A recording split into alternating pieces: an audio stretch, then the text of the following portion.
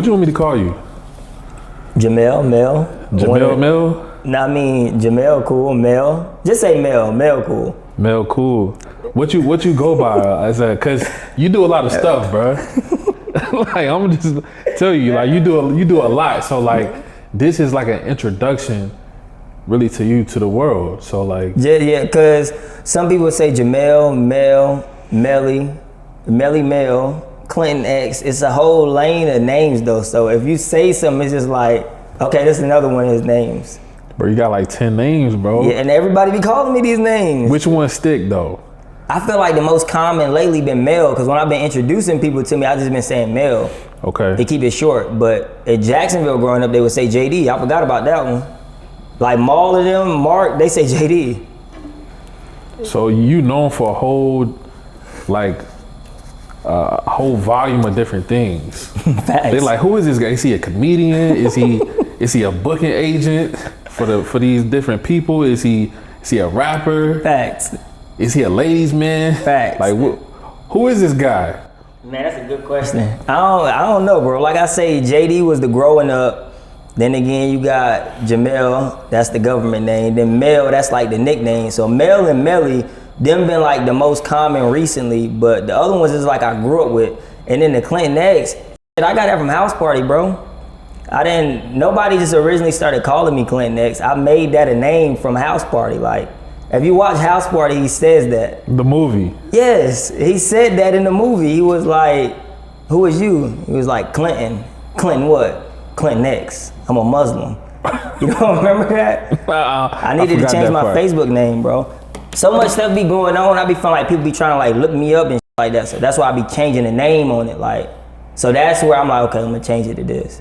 But I ain't really did nothing bad with the name Clinton X right now, so we good there. I don't gotta change shit. Yeah, we good now. Bad, okay, so. I might change it one day, but. Maul, AKA Clinton X, AKA Mr. X-Man, AKA Mr. Everybody, man. We got the brother on the scene, man. Welcome on the pod, man. Thanks, bro. Appreciate you. It's good to have you here, man. So, we got a few things to talk about, but let's just start from the beginning. Like, where you from? Where are you? Like, and the place that you're from, how did that shape you? I'm glad you asked, because people think I'm from Florida and then people think I'm from Chicago. I'm born and raised in Jacksonville, North Carolina. That was where I was the first 19 years. After that, like the last 11, it was Greensboro, Cleveland, and Chicago. So I was in Cleveland with my friend, just helping her around, like in Ohio, back and forth from there to Akron. So I spent weeks at a time there and stuff like that, but I wasn't really like staying. And then Greensboro, of course, with the schooling and stuff, that's why I left from Jacksonville. And in Chicago, I went there like on and off, but then I got in trouble, so I couldn't leave for a minute. So that's kind of where all, the three places come from. But Florida is just always been a place that I love, like, and visited. I never had an address in Florida whatsoever.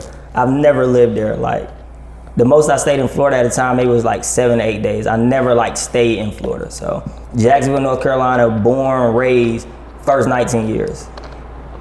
Then after that, I was gone. I ain't going back.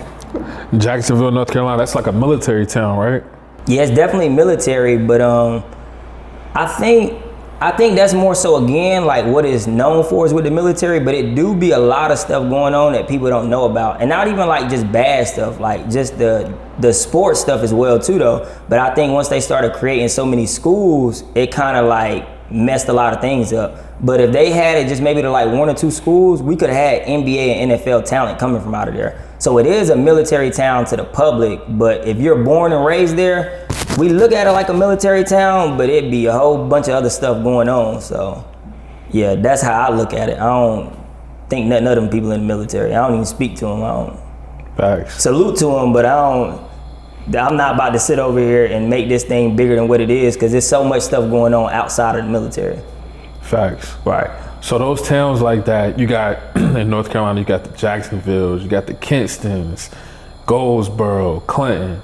You got those different towns like that. A lot of people aren't aware of the vernacular of those type of cities. Right. In terms of the intricacies of what go down right in North Carolina. Like you got I-95. Like I seen a post the other day of this producer by the name of Knife Wonder giving the history about southern states or what's southern or what's not. And he made this particular post about how 95 is the gateway, you know, from up north going all the way down to South Miami. So it's a lot of drug infested neighborhoods or areas in those smaller towns like a Jacksonville or those other particular towns. So what was it like growing up in Jacksonville? I hated it. Yeah, I hated it. I ain't like nothing about it. That's why I don't plan on going back. I feel like the surroundings made it more so like a hate thing. Like I don't feel it. I don't know how to explain it. I feel like if I would have grown up like a lot more like different, and again, you know, like the proper way and stuff like that, I wouldn't have the hate I did for it. But it's kind of hard whenever you want to be something for yourself and people got these names or these visions of you because of your mom or your dad or your grandparents and stuff like that. So that's why I ain't really care for it too much though. So me leaving was really like the best thing that happened to me because it was refreshing. If I would have stayed in Jacksonville, it ain't no telling how many people wouldn't be here. Yeah. You mean that, huh? Yeah. So when you say when you say you know, different people wanting you to grow a particular way, in terms of like your upbringing, so family. So tell me about your family, right? Your family dynamic or background, and how you grew up in Jacksonville that made you inevitably hate. So when I was like growing up at first, so that's where like I was in, I think Dreadnaught, we started going there around like 2000 or 2001. That was my great grandma. That's the one who passed. So that's where you see like the Dreadnaught tag, the chain and stuff like that. Cause that's really where I was like coming up at. What does that mean? That's the name of the street. Oh, okay. Yeah, it's a one way in, one way out. So anything you came in there with, you better be about, because there's no way you coming in and leaving out. That's the best thing about it. So anybody can say whatever they want, but as I was growing up, it's literally everybody's connected. So, and what I mean by everybody's connected is it's not like it's something bigger than what I'm gonna make it seem. We're all related from the top to the bottom. We're all in connection and communication. So that was peace to me. That's where the love was. That's where you getting your first fights at. That's where you seeing the first stuff you ain't supposed to see and all of that. But I felt like the point of me starting to like hate it was once because we only started going there on the weekends, you know, when school and stuff started.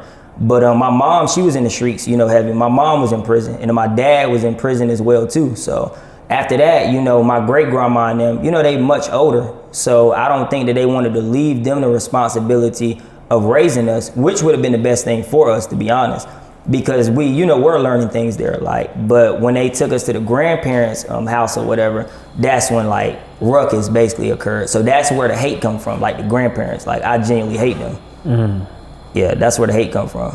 Okay. So going back to your mom being in prison, how old were you when you first realized, okay, I'm kind of growing up different, you know, my mom is in the streets? When did you realize that your mom was in the streets, or, you know? Man, I look at it like I got two dads, bro. I don't even look at my mom like a mom. I probably see my mom wear a dress like 3 or 4 times. My mom ain't like no woman, like, you know how like Tony Braxton and Carrie Hilson? Yeah. My mom's a gangster, like, so I've been seeing this type of stuff, like this is who she is. So when you see her for this long, it's like, okay, my mom not acting, like this is who she is. She'll really fuck you up. So I've been seeing this type of stuff, like this is just who she is. But she went to prison, I think I was only like 6 or 7 years old, you know, and matter of fact, she had one of our brothers and sisters, like she had one of the siblings, she had him in prison, like. So this is what we like growing up through. So, and at the time, again, you know, my dad was already like in and out of prison, but by the time I got to like the 3rd grade, my dad had got, I don't know how many years, but I know he was gone from the time I was in 3rd or 4th grade up until my senior year in high school. He didn't come home until October of like 2011. I think it was October of 2012, like right before my daughter was born. Yeah, so everything was moving fast, bro. It's like you ain't, it ain't nothing you could really do. Like everything happening fast. So we gotta be at the grandparents' house because the dad ain't around, the mom ain't around, so. So at this time, when your mom goes to prison around, you said 4th grade or so? I was in the 2nd grade when she went to prison. My dad went to prison for that long extent, maybe like 3rd or 4th grade, and I ain't see him again until my senior year. And when he was incarcerated, I only went to go see him one time with Aunt Shannon. So, and that's again, you know, like how stuff be going, the fuse and stuff like that, or people feeling like you shouldn't go, you don't want to see them like this or see them like that. So that's kind of how that was. But I don't really blame nobody too much for that part. I wasn't worried about this shit, I ain't gonna lie to you. I ain't worried about going to see my damn dad. I'm worried about why the hell am I here? Like, this is the most uncomfortable piece of living here, so. And that living, your grandmother took you in? Correct. See, I and don't. Your siblings? Right. So I remember, like, when I was younger, like, my mom was on the run as well. And I had, like, asthma or whatever. Like, my asthma ain't nearly as bad now. Like, I don't really be having no problems with asthma. Probably over the last decade. But growing up, it was bad. And I remember my grandma actually, like, working with law enforcement to try to get my mom. And they used me basically to, like, try to arrest her. And my mom seen it. Damn. And was like, you know, like, cause they was like, you need to take your son to the hospital or whatever. But my mom, she been so into the streets for so long, she's not a goofy. So when she gets on the street, she already see the undercovers and stuff like that. So then she called my grandma back and was like, that's dead. Like, you know what I mean? Like, you know, my mom on the run, you trying to get this lady, you know, incarcerated. So that was the first sign of me realizing, like, yo, my grandma's weird. Ooh, I don't get it though. Like, yeah, that was weird. So that was the first piece of, like, reality of a check that I got regarding my grandmother, and that I ain't like it. I ain't gonna lie. And this is your grandmother, your mom's? Correct, the mom's mom, yeah. But then again, you got to think of it like this: like, put yourself in a 6 or 7 year old child thing. Like, no matter if you did love your grandma or whatever the case may be, you still gonna love your mom and them. So if you watching this, you know, resolve right in front of you, then it's kind of like, huh? Like, because one thing I say about the parents, for the most part, the parents that's in the streets and stuff like that, they're good with kind of like coming around to give. They may not be around 24/7 or be around as they like supposed to be, but they'll come around and drop shoes off. They'll come around and do this, they'll come around and do that. And to a kid, that's like heaven. Yeah. You know what I mean? Like, so that's kind of like what I'm witnessing. So I didn't have like no hate, like, you know what I mean? Like, I ain't really had like no bad hate at the time, so. Okay.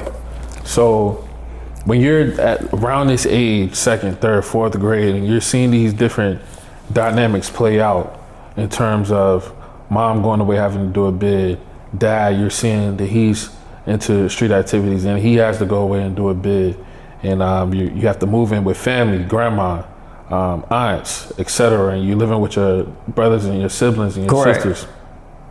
A lot of people can relate to that, especially in America, black people, where they had to go into these different dynamics. And now they're also saying that this is when the most trauma started. You know, trauma started to build up as far as certain people may have been molested, or certain people may have living with an uncle or an auntie, and you know, now you're hypersexual, all these different things. Facts. You know, so was anybody that took y'all in? Like, was anybody spiritual? Anybody go to church? Or did you see any of those different crazy dynamics where, you know, that could have scarred one? Right. You know, moving forward, did you see anything like that? So my mom had 7 kids, but the youngest wasn't born into the 6th grade. So we'll get down to that timeline later. But whenever we was going to school, we would go to school from, Sunday school and church, we would go from Dreadnaught. So we would go to church and Sunday school and stuff then. So this is what made me like say I'm a free agent to like religion. So a lot of people, like, okay, for an example, let's just say you in the streets or whatever, and you say you a Crip or you a Blood. I'm expecting you to be Blood-like material, like material. I'm expecting you to get down on somebody, you know, and I don't mean that in a ratting way. I'm expecting you to be able to use deadly force. I'm expecting you to be twisting your fingers and doing all types of ill shit. So if you're not doing that, we're not gonna look at you as if you this person. So my look on me right now being a free agent with the Christianity thing is because I feel like they would, you know, send us off to church and Sunday school and stuff like this just so they can get free time. Because how can you sit over here and expect us to live a Christian life like while we're, you know, in church just one day, and then the other 6 days we getting pots and shit thrown at us, we getting our ass beat, we getting cursed out 24/7. So what are you practicing as far as Christianity? Where we seeing manners when we go there? We seeing the deacon and the ushers, and then we're seeing them kiss each other, saying they love you, bringing in flowers and stuff like that. That's not what I'm seeing at home. I've never seen my grandparents take each other out on a date. I've never seen them say they love each other. I've never seen my mom give like genuine love to like a man, basically. Like if you wanted the attention from my mother, you had to have been doing something you had no business doing. You do real estate, you're not getting my mom's attention. What you doing? Like, what did you do? You a teacher? Come on, my mom not paying you no mind. She make more money than you. That's how she look at it. Like, yeah, she ain't going for it. So we not seeing that type of stuff like growing up though. Like we just not seeing it. And people love to like shadow the things around or whatever. Like when it comes down to you going to church or whatever. But that stuff is big because that was something that I fell in love with. I was in the choir. Yeah, I was singing I wasn't that best at singing, but I look forward to it though. Like that was because we getting freedom there, not like freedom to do whatever we want, but we really feeling like the love. We seeing the manners, we seeing like how kids are supposed to be treated. That's what we're seeing it at. So then when you go home to the people, you know, that's there, it's kind of like y'all not living like this. So now y'all messing my head up just like y'all probably messing other kids' heads up when it comes down to Christianity. So when people say they don't believe in God and stuff like that, before people try to write them off, why don't you talk to them and see why they're saying that instead of taking it personal? Because a lot of people in the church, you know, they immediately judgmental. I don't want him around me. Get this jazzaboo or jiboo or something like, you know, it got to be the most hateful thing next. Like, talk to him though, like you don't know where he coming from or where she's coming from. Like this deacon might have said he was a Christian, whole time he was trying to molest this little girl or whatever. Like, so now she not just taking it out on him, she taking it out on the whole church because she probably expected y'all to like to know this. So I think it's a lot deeper, and I don't think people be understanding that. I think people just be like, oh, well, they not a Christian or whatever, let's judge them, let's treat them this way. Bogus. Facts. I'm seeing a lot of that as a person who, you know, any person, you should always want to get to the root of the matter of situations. Correct. And it just sounds like hypocrisy, and that's where the disconnect comes in from the generations. You know, one generation sees the older generation, they're like, okay, well, this is hypocrisy, so I can't get down with this. I'm immediately, I don't care what you say about it. I'm standing neutral ground. Correct. And it's understandable, and I feel like the older generation isn't taking the necessary steps to see where they messed up that may have affected the generation under them, right? To make amends or to make it right or to make some type of middle ground partition. So we're seeing a lot of that, you know, within our generation in terms of, you know, people turning from what we call Christianity or what we call, you know, faith or believing in God, the Bible, Christ, etc. It's a lot of nuance there that needs to be talked about or spoken on for our generation, because those are important topics. But when you say things like, you know, we're getting hit with pots and pans, and then we go to church on Sunday and everybody, they getting flowers, and you see this person as a good person, or you see this person as a harmless, innocent person, but they coming home and acting completely different. So it's like, well, what am I supposed to do? So I understand that. So what would you say to the people that may see you on social media and, you know, you say things like F my grandma or my family, or, you know, I ain't rocking with my grandma, she can die, she can go to hell. You know, when you say stuff like that, people like, yo, this guy's crazy. Who is this guy? Like, what did this grandma do to him? You know, like, are you standing on those statements, or like tell me, give me some more insight. Stomping on those statements. Honestly, bro, I don't really be caring too much how people like feel about it, because I know like one thing's for sure, two things for certain. You're not gonna do anything to me without me doing something to you. So however you take it, whether you family oriented or you're related to the person I'm talking about, all you gotta do is just tell me like what you want to do about it, and that's, you know, we can handle it from there. I'm not really too much worried about how the hell you view it, because again, when these other celebrities and these people who are more popular, when they disrespect their mom or their grandmas or whatever, we feed into it. You know what I mean? Like, we give them money and stuff for it. You never care to hear their side of the story or nothing like that. So the moment you want to write me off because it's somebody I grew up with or somebody that I lived with, let that be the side that you stay on though. Like, we don't gotta be cool. We don't gotta like kick it. I don't, you know, like whatever you're trying to do about it, like that's, It don't bother me though, but I'm not changing my mind on what I say though, like, cause I really know what's going on. So that's the thing. Like they feel like these people are good because you see them out for 20 minutes or 30 minutes.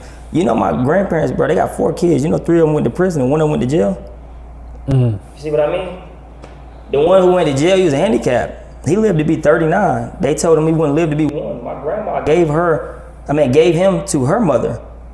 She came back and got him on his last year on his deathbed. Yeah, that's gonna hurt the heart when they hear that. That's the thing though, it's just like, we get all types of checks. I know I do. Crypto, real estate. This one was a reality check. Yeah, so that's why you just gotta watch your mouth sometimes though, because it's people like me that's gonna say what they mean. And I'd be willing to take it however, you know, it need to be taken though. Like that's, I'd be fine with that. Let me ask you this though. Have you ever tried to like sit down and have a conversation with her just to see her perspective, to see like, why you made that decision? Like what, like, okay, let me ask you this. Why you in the church putting on this type of persona, but I know you're acting like this. Like, can you tell me why? Have you ever sat her down just to really see what's going on? Man, you ever seen You Got Served? Where he sat down or whatever and they was like, he was what'd he say? He said something about Emerald and he was like, ain't no talking to that man? Yeah. That's kind of that situation though. It's kind of like, let's just say if you talking to a dude or whatever and he owns some paperwork or something like that, if you address him about it and you don't got the paperwork, he just gonna lie about it. So that's kind of the same thing. It's just like, I know you said something, but you're not gonna admit to it. So when it come down to like more so the forgiveness part, again, this is stuff that people won't tell you. I done forgave like 3 times. And that's like the forgiveness of the grandparents, the mom, the dad. I used to walk to school, bro. Like I left my grandparents in my junior year. I already had a baby on the way. Who gonna wash the dishes? Nigga, who you talking to? You're not about to be talking to me like I'm crazy. Talking about some damn chores. I was a parent before I was an adult. You get your old ass here and wash some damn dishes. You ain't about to be yelling at me to do no damn chores. Like, who the hell is y'all niggas talking to?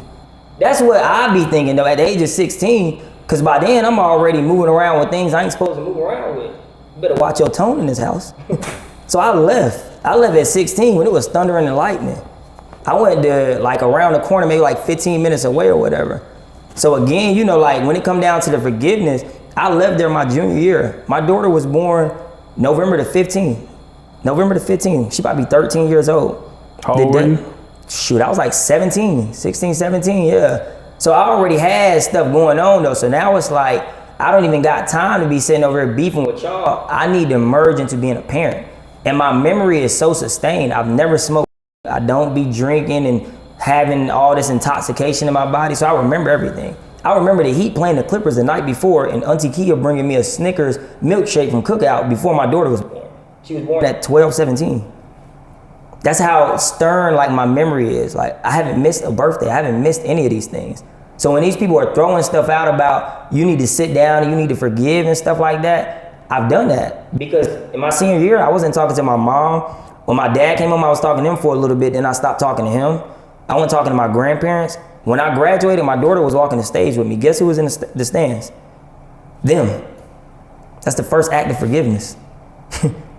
I invited everybody just to show you that you can't do nothing with me. Y'all tried to write me off by me having a baby. Now come here and watch me walk this stage. I got a diploma in front of all y'all. Cause I didn't know that, I mean, y'all probably thought that it wasn't gonna happen. Like, I'm not staying with y'all, I'm staying house to house. Like, high school was rough. High school was rough. I tried to play basketball sophomore and junior year. So when I be like doing a little mannerism playing basketball, girls be like, you must have been good. I'm like, I didn't even make the team. But that was just something like, they really tried to get me away from the shit I was going through. Senior year come, I can't even play basketball. I got a daughter, like. So they were like, you not coming to tryouts? Like, no, I didn't make the team the last 2 years. What the hell gonna change now? You think I've been working on my game? I got a baby on the way. So life is just moving fast, bro. But the act again of forgiveness, I done forgave them like 3 times, bro. I'm not forgiving no more. Die. Show you how much I don't care. So what, and because I'm curious now, when I hear these different dynamics, it sounds like a Tyler Perry Kiddo movie. caller right there. Say it again? I said that was Kiddo caller right there. Oh yeah? Yeah, we're gonna talk about him too a little later on.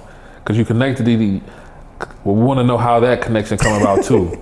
But when you talk about forgiveness and these different dynamics, right? Right. What's some of the most traumatic things that you had to forgive them from, or that you may have seen growing up in that type of environment with these different type of individuals? Right. So I think basically with that, and that's really like a good question. So when it come down to it, it's like when you growing up and you're not growing up like the right way or the proper way, I feel like this isn't just for me, this is for like a lot of people. I think a lot of people don't realize it's not just no black community, it's in all communities that people grow up not realizing like you're really not being taught. So how can you take these credit for being raised? So when you ask again, like what was I seeing and stuff like that, stuff I wasn't supposed to see. When I was in the 4th grade, I won the math bee. The math bee is everybody in 4th grade. I won it in 4th and 5th grade. We did it 5 times. I came in first 4 times. Then I came in third 1 time. When this stuff was going on, bro, we was getting raided by the FBI. Like we sleeping with no front door. Like we going through real FBI raids and stuff like that. So you going through this type of stuff, but you're not even able to really like talk about this stuff. Like, so that's already traumatizing within itself. So that's just again, cause my mom only did like a year and some change. So when we come home or whatever, we end up going back to, the mom spot for a little minute or whatever the case may be. So now I'm seeing street stuff here. You're gonna see fight-ins, all types of stuff that we can't even really disclose. And then on top of that, I'm going back to the grandparents' house or whatever, and for some reason, they act like they got like the most hate to me. I'm thinking to myself like, do these niggas not know I'm a kid? That's how bad it was, bro. Like it was some birthdays would come up, bro, I would cry, like on my birthday. Like these make me cry. Like y'all don't even want me to feel good on my birthday. Again, y'all not doing what y'all supposed to do as grandparents. So again, I feel like when it come down to the act of like the traumatizing things, imagine, getting tax money and let's just say, I don't know if it was food stamps around, I don't know. So I can't really say, but I think a lot of families in these different homes and stuff like that, they just benefit from having kids in the home. They don't really give a fuck about the kids in the home. You've done nothing to show me that you gave a fuck at all. Yeah, so that was just weird within itself though, and I just never understood it though. Like I genuinely never understood it. And again, I put it to you like this, if you was ever to get like my grandmother and my grandfather and them like to do a sit down, the more you talk about me, the more irritated they would get. You wanna know why? Because you would have to lie. You can't be truthful because you didn't do right by me. You get what I mean? Right. Like, so people always wanna talk about how my mom and dad wasn't there and shit. I don't give a fuck at that point. We already know they're not there. They in the streets. This is what's going on. Not saying like I'm giving them a pass or nothing like that, but I've already accepted that. I'm getting older. Why are my grandparents treating me like they got something to do? You know what I mean? Like, so then when you get older, I was asking my mom, my mom was like, well, they treating you this way because they didn't like your dad or whatever the case may be. My dad and my mom would be into it or whatever the case may be. But again, bro, what do I have to do with that? Like, I was never treated fairly, never loved properly, none of that. And that stuff, it leads on to like the relationships and stuff like that. Like, we don't see these things, bro. So, and that's why I tell like some women, like you gotta bear with some of these dudes or whatever. Like y'all be ready to leave a over cheating. And I'm not downplaying cheating and stuff like that, but it's just like, you really don't know him like that. You don't know what it is. So I'm growing up in an aspect of my mom has 7 kids or whatever. Like the same with my dad. My dad had 9 kids. The twin died. 8, that's 15 kids, bro. That's 15 kids. We not seeing no proper love. We ain't seeing what's supposed to be done. How the hell do you expect somebody like me to know how to treat a woman? How do you expect me to sit over here and give you proper advice for your relationship? Like, that's what I'm saying. Like, they don't see stuff like that. So all of that is traumatizing within itself. Y'all didn't raise us. Like, raising is you taking credit for you teaching something. You taught me nothing. You taught me not to be like you. You's a bitch and your husband too. That's what you taught me. Not to be a bitch. Yeah, so I don't know. It's not a forgiving thing no more. It's not up. It's simple as that. It's up. Whatever happens. I don't give a damn. Jesus come and take me before I sit over here and sit down with him now. Like, you couldn't pay, I promise to God, bro, you couldn't pay me $1,000 to sit down with him. Not 10,000. No. Not even 20. I swear to God. Wow. I ain't sitting with him. I got a trophy in my room. First real estate deal, 25,000. Give me something I ain't seen before. How about that? And then after I get the money, yeah. Yep, simple as that. I feel that. Yeah, the hate run deep. Yeah. I'm not sugarcoating it though. Like, this is genuinely how I feel though. And it's a lot of people who feel like me, but they just don't got the balls to tell you. So they do fake shit. They do weird shit. Only thing you had to do is treat me right, love me properly. Even when you didn't growing up, you didn't got forgave 3 times. What type of do you take me for? You believe in generational curses? Yeah, I feel like I broke them. That's another problem right there. They don't like that shit. I'm supposed to be in prison right now for 20 murders. I'm supposed to be in prison right now for selling kilos and shit. And then when you can't grab me for that image that you expecting, it's like, damn, like, I done did all this shit to like really try to fuck his life up, or really not give him the proper love, guidance, no mentor, not spending time with him. Never, my grandparents, they ain't never took us out on no damn date. What? We ain't never went to no damn date with them. We ain't never sat down as no family or nothing like that. So imagine how much ill will you got within your body or whatever for this, and then you watch just pass you. Like, how does it feel for me right now to move in my grandparents' house, be head of household? And that's what both of them had when they come up. That's not a good feeling for them. It's like, damn, we tried everything. They probably having conversations like, damn, we tried everything we could do. This is it. This is it. That's probably what they thinking, like, damn. Think about it. So let me ask you this. So with all of that turmoil, all of that miseducation, misguidance, non-parenting, what inside of you made you want to try to be better, or try to be the opposite of how you was raised? What did you see? What inspired you? I feel like, so, and that's another thing with my parents and them, and like them being like who they are, a lot of stuff is like instilled in me, like me having like a bad temper, or me like, all right, like you trying to do this, like something gonna be done behind it. So I think it's more so like the older I got, the more I know, like, bro, you also a parent now. So you gotta really think like logically, because that was one of the first things, one of the recent things that they would write you off on. Like, he not gonna be this, he not gonna be that, he don't even have a job. When I was in high school, bro, me and the mother of my child, you know, I actually was paying for my phone and paying for her phone and paying the phone bill the whole time I'm really fucking going to school, bro. Like, I'm walking to school at sometimes. If Maul didn't pay, I'm walking to school, bro. I'm not missing school. I'm not missing school. I don't care what's going on, I'm not missing school, bro. My junior and senior year, that's how dedicated I am to getting that diploma. When I had my daughter, I went to school. I was still going to school the whole time, bro. Like, and that was to prove them wrong. Hell yeah. Hell yeah, I wouldn't give it that, because I felt like, again, it's just, that's what was making me want to like beat the odds, like, because okay, they feel like they got me written out, like they feel like this is gonna be me, this is gonna be that. So again, even with me having a bad temper and stuff, because people think I got to this spot like recently, like, bro, I've been like a demonic force, like this is, I've been this person, like I've been able to tell you, F you to your face in 9th grade. What do you want to do about it? Let's proceed. Like, I'm telling you this, like, I didn't need nobody to be around me. Like, I didn't have, like, I had brothers, but only person I could ever say at that time, like growing up, that would ride for me was like my sister. So when people be like, well, what's your relationship with your brothers and sisters? Basically, you know, since you're growing up around the grandparents and they not really, you know, like voicing the same opinions. And that's, again, man, it's favoritism. And my whole thing of it is like, the reason I don't really care to be, well, my older sister, me and her, we do talk a lot. Jalea, but the other ones, and it's no shade to them and stuff like that, but, and my little sister Jasmine, she go to Central and stuff now, like me and her or Lily or whatever, we talk the most, but the rest of them is just like, I feel like they'll look at it like I'm tripping or whatever the case may be, but my mom had 7, so the rest of them, it's like, y'all seen what was going on when I was growing up though. So it's just like, it's one thing not to defend me, but to sit over here and make it seem like I'm just making shit up, and you not sitting over there adding your 2 cents in just to let them know, like, nah, they was on bro ass, like they was really fucking with them, they was doing this. That just made me look at you different, because it's just like, damn, like, so I didn't really have like that support system around when it came down to stuff like that. So that's what would make me like more fearful, like, let's get it on then. Like, so freshman year, getting to school early, fight. Like, I don't get no fucks. I don't get how big you is or nothing. You getting your ass beat. For sure.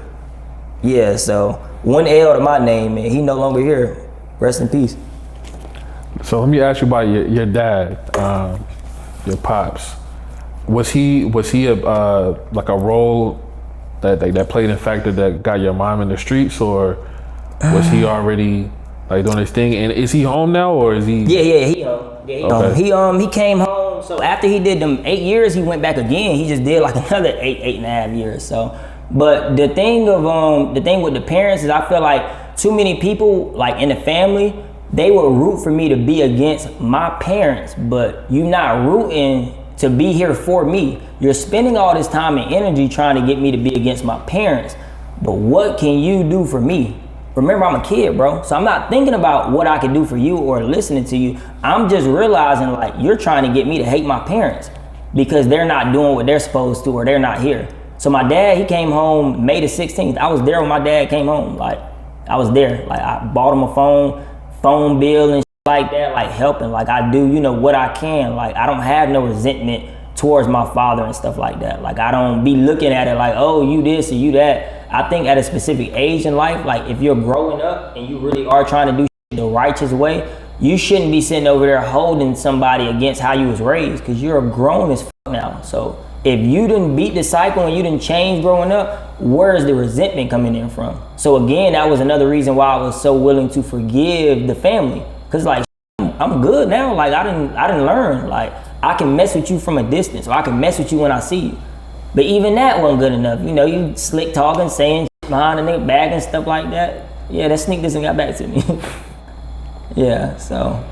Okay, so I guess I want to ask this to kind of move on. But if you had to, you know, if you had to have like some words of closure for people that don't understand that family dynamic, maybe your sisters, they don't understand. You know, it's like you tripping or whatever you say, the things you say online about your grandma and other people. Like what would you say to them that may misunderstand you? And do you feel like you're misunderstood to other family members or whoever that may know you about that situation? Honestly, bro, I don't know. That's a good question. My whole thing of it is like I don't. Hold on 1 second, bro. They blowing this up. Hold on. Hey, I'm gonna hit y'all back. Hey, Tiffany, I'm gonna hit you back. V, I'm gonna hit you back, bro. What you say, bro? I'm gonna hit you back in 1 second, bro. Hey, Tiffany, I'm gonna hit you back in a second. Now I had about 6 missed calls, 7 messages. But what I would tell him, bro, is to mind your damn business. You know what I mean? Like I'm not about to sit over here and try to encourage you to f with me. I ain't no to be f with. So however you feel, let that be how you feel. Like, I'm not about to sit over here and be like, man, you just don't understand. And I don't care if you understand. Mind your fucking business. Like, if you see me tweaking out, shut your damn mouth before I tweak out on your ass. Like, because you're never going to understand it. And the reason I say that is because people immediately get so affected by how somebody else feel. You never see me really outside of sports going on somebody's Facebook when they ask them what's on their mind. That's what's on your mind. I'm not here to convince you anything else, again, unless it's sports, because it's sports talk. You're not going to understand because you have a great relationship with your grandparents. You have a great relationship with your parents. So all you thinking is this tripping. But I guarantee you, if you grew up in my shoes, you wouldn't even be here. Now, I was growing up with suicidal thoughts. Like, I was shutting down. It was some days I wouldn't even eat. Do you think they noticed? They don't give a fuck. That don't bother them. These people I don't know how to explain it, bro. They're not good people. Like, so however y'all see them at the damn grocery store and they got that fake ass smile with 3 knee replacements and 2 moles on their head and shit like that. Like, I don't nobody get no fuck. I wouldn't give a damn if you tripped and fall. Allen Iverson, Tyron, I'ma step over your ass. Move the hell out my way. So I'm not here to convince nobody that you need to understand where I'm coming from. You didn't grow up like me. My life was treacherous. It was bullshit. There's nothing that I want to give to the next person. Everybody loves, I came up like this, I'm from the streets and shit. Okay, you fucking idiot. Nobody gives a flying f. Like, why do you care so much, like, to talk about how you came up? You've done nothing. Like, that's all you did is you came up from the street. So what? Nothing. Like, irrelevant. Yeah. So yeah, if they don't understand what I'm saying, and honestly, fuck them. Do something about it. All right, so moving past that, growing out of that, that dynamic, you're getting older, you got a child, you graduate, you prove the family wrong in that aspect. So what happens after that? After, around, 20 years old, you're 19 now, what happens in your life during that span of time? So that's when Maul, rest in peace Maul, me and Maul, we was already cool, we grew up together. Yeah. So elementary school, me and Maul met like 2nd and 3rd grade. And then when high school came, I ended up going to live with the grandparents because of school, and I wanted to be around the friends and stuff. So I was, really around like Maul and them. So when college came, I was dating this lady at the time, Malia, and me and her basically, would have like these talks. She about to go to Central and stuff, and she was like, JD, I really just don't want you being here, and blah, blah, whatever. And I'm just like, well, this is all I know right now at the time. I'm not thinking about leaving. This lady signed me up for school and everything, because Maul kept encouraging me to go to school. She signed me up for school and everything. So before I knew it, it's like December the 29th, I ended up moving down there with Maul and them. So when I get to school out there, it's me, Maul, Blair, Mark, TP. We all at school or whatever, but these is going out like every night. The people who play basketball, they feel like they above the rules. They going out. I don't want to go out, bro. I don't go to clubs and bars and stuff like that. So I'm like really like the next morning, again, bro, I'm fascinated with school. Like I'm trying to go to school. I'm up early.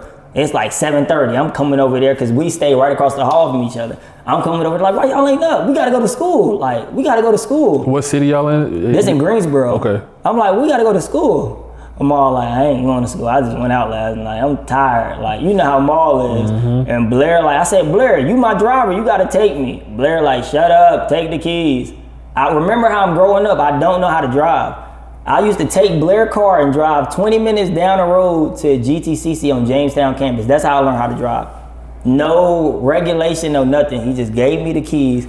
I got in the car on the highway, just learning how to drive. Everybody honking at me and stuff. I'm short as hell.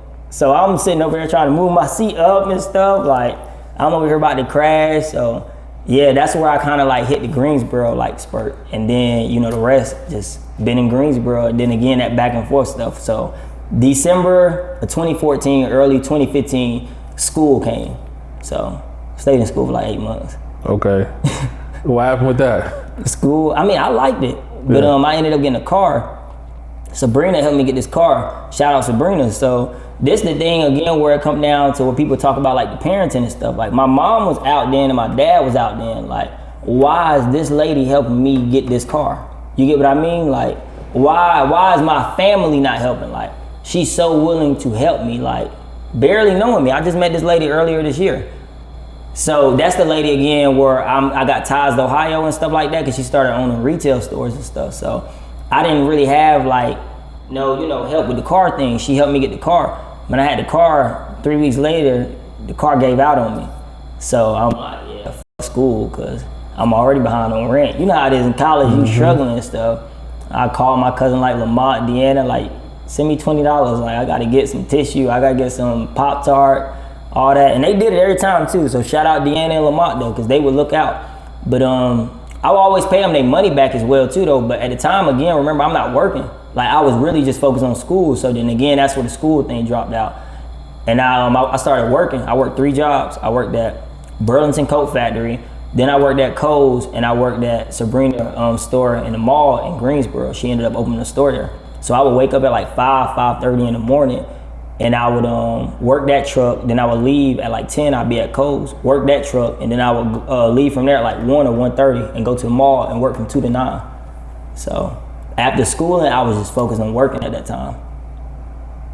Yep, so 3 jobs right there.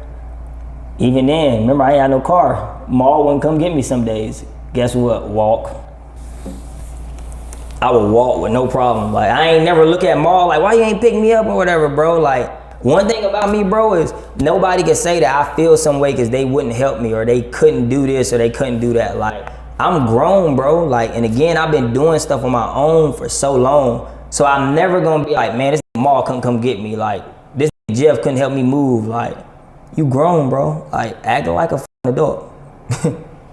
Speaking of Maul, what's his government name? Jamal Parker. Jamal Parker. Yeah. Man. We gotta send a deep moment of silence for our beloved brother Jamal Parker, man. May his soul rest in peace. He passed away in was it 2023, 2022? July 27, 2023. I had just got out of jail that morning. He died like 5 hours later. I just talked to him right before then though. Yeah. Yeah, man. He was a very special guy, man. He actually was one of the first people that, you know, I really started getting hands-on experience with real estate. Mm-hmm. You know what I mean? Yep. So that leads me to the transition of with the things that you're doing now and where you are now and how you know, beat all those different odds growing up as a kid, family abuse, emotional abuse, beating the odds of the streets, and everything that entails that, to transitioning into a businessman, an entrepreneur. You know, a lot of people they see online, they just like I said earlier, is he a comedian? What is he doing? Right. You know, but they don't know that you're a businessman. They don't know that, you know, you're in real estate, that you're in these different, you know, you're in these different pivots of life, these different markets. So I just wanted to say rest in peace to our brother Jamal, which is the Maul that he's referring to. So I'm assuming that Maul got you into real estate as well. We kind of learned like right around the same time, bro. So Maul had mentioned it to me like a week before. This is like 2017. And I'm like, you know, I'll look at it when I get a chance. So I ended up getting sick. You know, when you get like sick, allergies and stuff, you end up waking up in the middle of the night. So I was looking at how to build my credit on YouTube, but you know, YouTube be auto playing stuff. So when I woke up in the middle of the night, real estate was there. So then I text Mom, like, this what you was talking about? I'm like, all right, bet, I gotta try something out then. Cause how else would this shit just pop up on my YouTube though? Like, so I'm like, let me try something out with it. So he sent me the Facebook things or whatever, to where you can like get into like the meetings and stuff. And in Greensboro, I don't know if they still got it, but it was like at the Logan's Roadhouse or something, like the third week or something, like on a Tuesday or Thursday or something. Bro, I went in there with no problem. Like, I dressed up the best way I could. Nothing but white people in there. So I know they like, what is he doing here, bro? I'm the youngest in there and everything. So, but I'm so used to like overcoming the odds. I'm so used to everybody looking at me like I don't belong. So right. I never took it personal though, because really, what the am I doing here? Like, they've been doing this shit. You just walking in here like, but it was open invitation. So yeah, I'm here. I went in there, I took my notes and everything like that.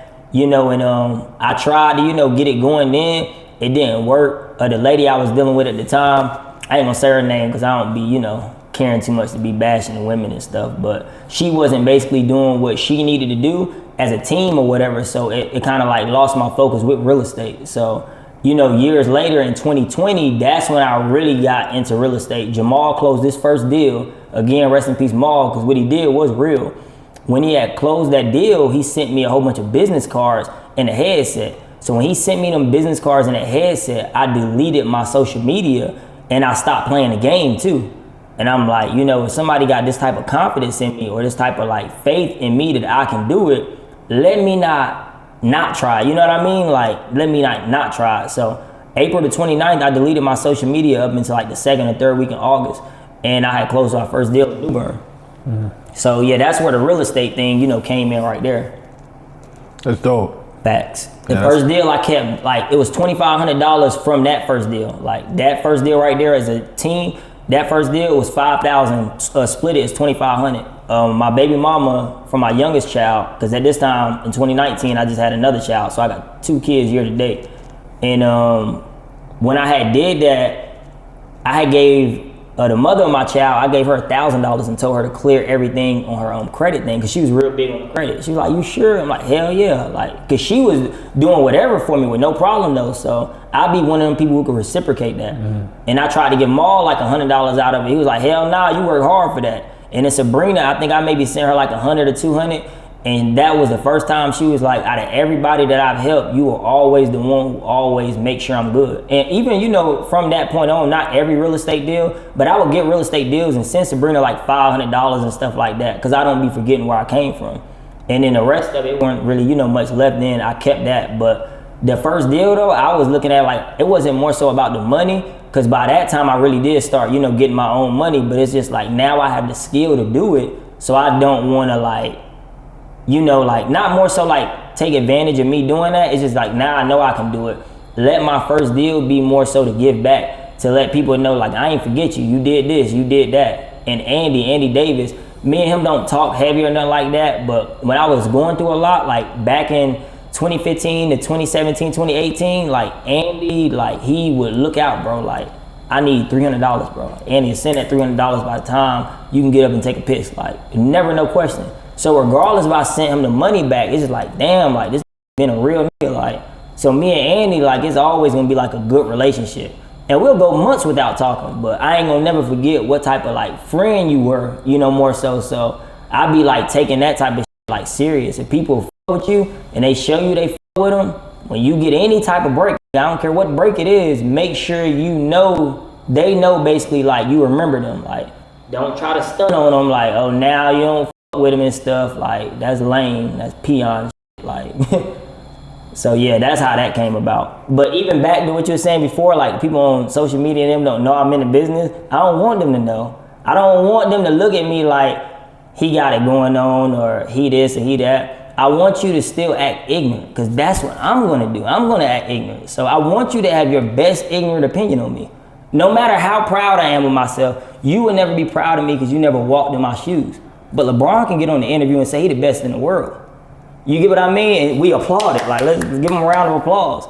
I tell you I'm the best at what I do. This think he better than everybody. I think I'm better than you. You're a bum. You go to the club every weekend. You smoke every day. You know what I mean? Like, you do not, you cannot voice an opinion on what I have going on. You are a failure. People just don't want to say, I'll be that person to say that. You're a fucking loser. Yeah, what do you mean I'm cocky? Like, do you know what I've been through? I done got here. Before it was keep my head up, brighter days is coming. The brighter days came, now you got some hate to say under your breath. That sneak doesn't got back to me. That sneak doesn't got back to me, man.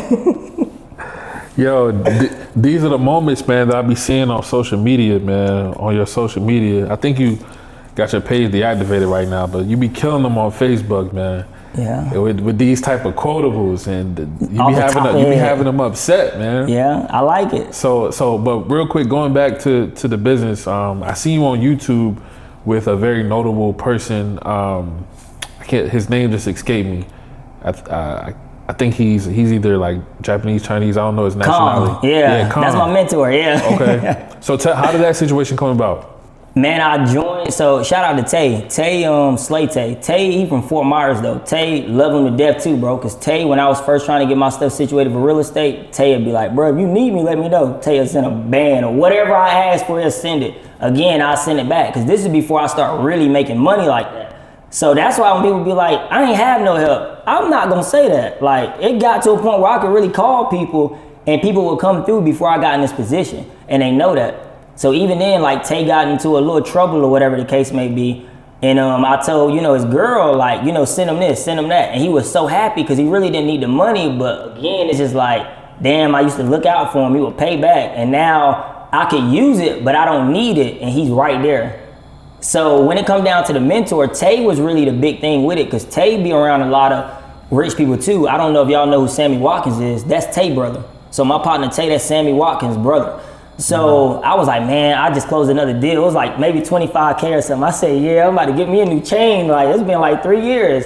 Tay was like, why? I said, what you mean why? I want some jewelry. What do you mean why? He was like, nah, bro, you need to invest in that.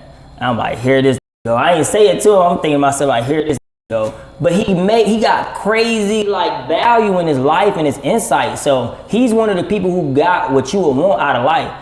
So then it's like, man, you know what? This is actually right. It ain't like he telling me something, he underneath me. He's telling me and he's over. He done seen so much. He done been around. So I'm like, damn, what can I do? And I seen Kong. I already was looking up to Kong basically on Instagram and stuff like that. So when I seen Kong basically, post like the mentorship or whatever, I didn't even know how much it was gonna cost. I got on the phone with one of the ladies or whatever, and they was like, yeah, it's gonna cost like $8K. I'm like, damn, that's damn pendant right there. Like, I'm like, damn. And then I was just thinking, like, I was still on the phone with her. I'm like, man, I might as well go ahead and do it. Because it wasn't like it wasn't money I ain't never seen at that point. I done closed like a few deals for like $25,000 at that point. So I'm like, it ain't nothing I ain't seen. Let me take the advice from my friend. And I paid for that mentorship.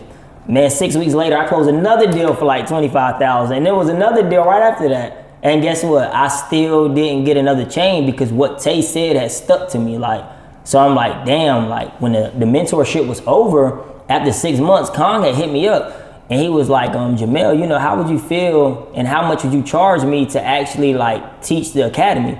So it's, right now, Jericho's not a teacher. It's me, Clinton, Tegan, Kong, and Ryan. So he wanted, and Clinton and Tegan and them, they came after me more so. But they wanted me to basically, you know, like teach the class or whatever. Like, how much would you charge me? And I'm like, man, I teach, but give me like 2 weeks. I'm about to move into another spot. I be moving a lot. I done stayed in like 4 different places in a year. I be getting up out of there. So I was moving. I'm like, give me like 2 weeks. And he was like, okay, cool. How much would you charge me? And I said, nah, I don't want your money. I said, you already giving me an opportunity to teach. So that's just showing you what type of trust you have in me. He said, nah, I really would rather you give me like money. Why wouldn't you take my money? You know, you're a millionaire. His net worth like over 10 million. And I was like, the reason I don't want to take your money, bro, is because for one, you're letting me teach an academy with people I can close other deals with. So I said that right there is one thing. And then two, you don't know how like much of an impact not only did you have on my life, but it's probably other people in the streets who maybe done changed their life from what you done put out there. And they're not gonna message you because you're really a celebrity. You're like a top dog in this. So they probably not gonna message you because you ain't gonna reply. That's like an ego pride thing. So I said, just look at what I'm doing as a way of giving back. Like, so I still to this day haven't took any money from him. He'll like randomly cash at me like $500 for lunch or something like that, but I've never taken any money from him though. So that's where that connection came from. So if it wasn't for Tay, I would have never had that mentorship because I was already making money in real estate. But since I've been in that academy, just off of JV and deals, I done made over 100,000. Like, I closed a deal in Pittsburgh, California this year, July 28th. That was $55,000. I never even been to California. Yeah, if I wasn't in the academy teaching, there's over 15,000 people in that academy. So it's new people coming in left and right. They be texting and calling and stuff like left and right. Like, it don't care what time, it could be the middle of the night. They just hit me up. So that right there was a big thing. And that's why I told Tay, again, I just reciprocate that love. Like, bro, if it wasn't for you, I wouldn't even have been able to do this. So Tay, he lost his mom like last year. And I think when his the anniversary or whatever was coming up with his mom, I had got him like a picture thing of his mom and stuff as well, like with him, you know, just so he was like, damn, like again, that's another thing where it's like, you look out for somebody and even when they pay you back, people think it's just it. Like, nah, you built a real bond with me, bro. Like, I wasn't broke then, but I was trying to come into something where I needed money. He was right there. So I'm like, I gotta be able to show that love. My homeboy Lamar too, I got both of them the same thing. Lamar mom had passed as well too. So when I got that for Tay, I got that for Lamar. You know, like, and Lamar, he make hella money too. He owned his own box truck. I had closed another big deal one time. Lamar was on the phone talking about some shoes or something, like some Air Max. I sent him the $230 for the shoes, like, and he'll tell you that with no problem, like. So that's what I'm real big on. Like, if you show me that you rock with me, you show me this and that, I want you to be able to see, like, damn, like it really is some genuine people out here. That's lit. Facts, yeah. Yeah. I'm one of them. I'm one of them. That's lit. That's big time, bro. Because just going back to the beginning of your story, we talk about, you know, going through, you know, the show is called EndureAllThings. You know, you're enduring that dynamic as a kid growing up, that emotional distress or that the void of the lack thereof. And right. Thoughts of suicidal thoughts and things of that nature. To make it through that, to become something of yourself when everybody counted you off or to put you in a box, or he ain't gonna be nothing but a thug, he ain't gonna be nothing but a killer, he gonna do 30 years, he gonna get caught with kilos, he gonna be this, that, and the third. And then you actually do the opposite, you know, it just goes to show perseverance, you know what I mean? So I commend you, you know what I mean? A lot of people can't make it that. A lot of people have failed. You know, they tried to change, but they fell victim of that emotional depression and all those different things. So, which leads me to ask you, because I heard somebody say this the other day, they'd be like, well, I have survivor's guilt. I made it out the trenches. I ain't in the trenches no more, but I see my people there, and I'm depressed about that. Do you ever think like that? Do you ever see some of your family members that are still in those predicaments where they got to do the street stuff, where they got to do certain things, and you have some type of remorse for that? Family, no, not at all. When I say I'm not big on family, bro, like I'm not big, even like past the grandparents, stuff like that. Because again, these people, they knew what was going on. Even if you didn't, I feel like you took a side whenever you come and you try to put your arm around me and talk to me about what's gotten into me. They like, move. So now I don't feel no way about you. Like, I got a cousin, he locked up right now. Fuck him. His name Cutter. Like, I'm sitting over there talking to the school or whatever, and it's like every time you come around, if I had my Facebook, I would show you. Like, they said something about me making a song, and they was like, your cousin made a song, you want to hear it? And he'll be like, no, that's fine. Why would you message me that? That's lame. That's lame. You told my mom when I was 15 that I went and got something I wasn't supposed to have, and I was about to do something with it to you. Why'd you call my mom? You know what I mean? Like, you's a rat. Like, so you was saying, Mel ain't that, Mel ain't this. My dad said I got up with your ass, and you ain't did shit to Mel since. So I'm just like, the family do be saying this stuff. It's like, no. He was talking about, what, you a motivational speaker now? Because they called me back to my high school to speak. So he messaged me, what, you a motivational speaker now? Like, so I don't care if you incarcerated. They be like, I don't wish jail, and I ain't wish jail on them. But just because you in jail don't mean I'm gonna fuck with you. Fuck you now when you get out, fuck you.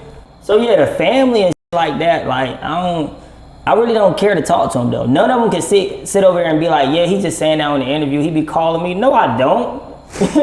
No, I don't talk to y'all, bro. Like, I don't. Is there anybody in your family that you rock with? I mean, some of them, but I don't really like talk to them though. Like, I don't, like my cousin Mike Smith, I with him, Phil. You know, you got people who mind their business, you know, like Marie, Lady, Aunt Cassandra, Shanae and stuff like that. But it's just like, for some of them, it's like, I don't even want to come around because I know, like, and it's not like it's their fault, but I know that they'll still try to be neutral or cool with my grandma or whatever. So sooner or later, you're going to want to talk to me because she's getting older. You feel like I need to have sympathy. I don't, bro. I don't. I just don't. Like, I don't be giving a bro. Like, real, like, I don't care. Like, I just don't. So that's why I just, like, it's no sense to, like, the family trying to talk about. I don't feel no way about you. Like, you 50 years old still working at Dunkin' Donuts. Like, I don't get no f***s. That's your life. You been there half a century, and this is where you topped off at. You topped off right here at Dunkin' Donuts. Like, yeah, like, no, you want me to feel bad for you? Where was you at when you seen this bullshit going on while I was raised up? Like, come on, bro. Like, no, I'm not about to sit over here and feel no way. Yeah. There's some scientific psychology behind that method.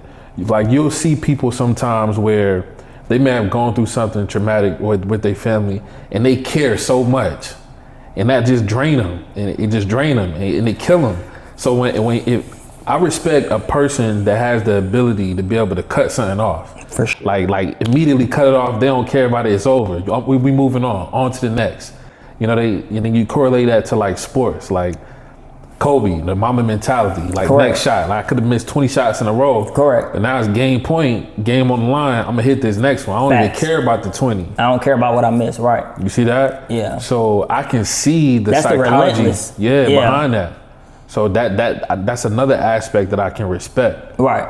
You know, so that leads me to how did these different connections come involved with, like you said kiddos calling you earlier. Facts. Anybody that doesn't know, that's the notable rapper, or some say drill rapper out of Chicago, who we actually interviewed earlier this year. I think he's in jail right now, but he'll be out soon. Yeah, he'll be back soon. How did that connection come about? And like, a lot of people online was wondering, like, who is it? How do y'all are y'all brothers? Like, y'all cousins? Like, Yeah, we saying we what's look just going alike. on? Yeah. Same gap, same everything. Right. Yeah, I talked to his mom, dad, and all them like that. Like, we all in cahoots, the brother, Pre. But really, it came from Driller, though. Me and Driller just don't talk like that. So people don't, like, he don't really talk. Like, that's just how Driller is. Like, he'll talk, but not really, though. You're not going to get nothing out of him. We go on No Jumper or something like that, you're going to get a lot on Chief and like that. And other than that, you're not going to get nothing from him. So that's where the connection started from.